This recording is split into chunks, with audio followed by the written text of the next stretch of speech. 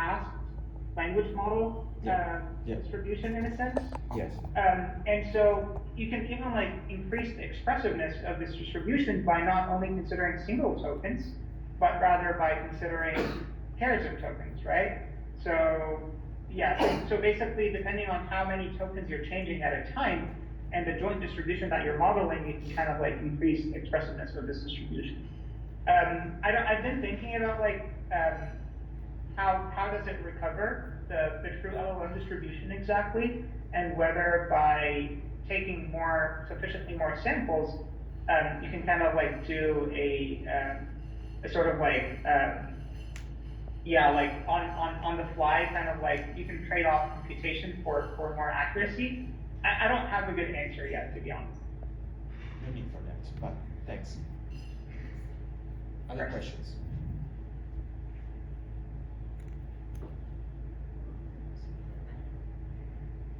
Hi, Karim. Thank you for the talk. So the question I have is with respect to the constraints that you defined, Mhm. in that the examples that you showed are a bit too simple. In the case when you talk about the toxification, it's not so clearly defined constraint.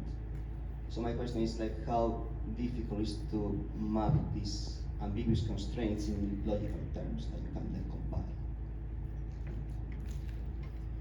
So you're talking about logical constraints, right, or lexical constraints in this case? Yeah, like you are talking about an LLM not being toxic. How do you map these ambiguous constraints into a logical formula? So to be honest, it's when it comes to kind of like toxicity or detoxification, you're right that it's hard to kind of define or capture what it means to be toxic in terms of logic.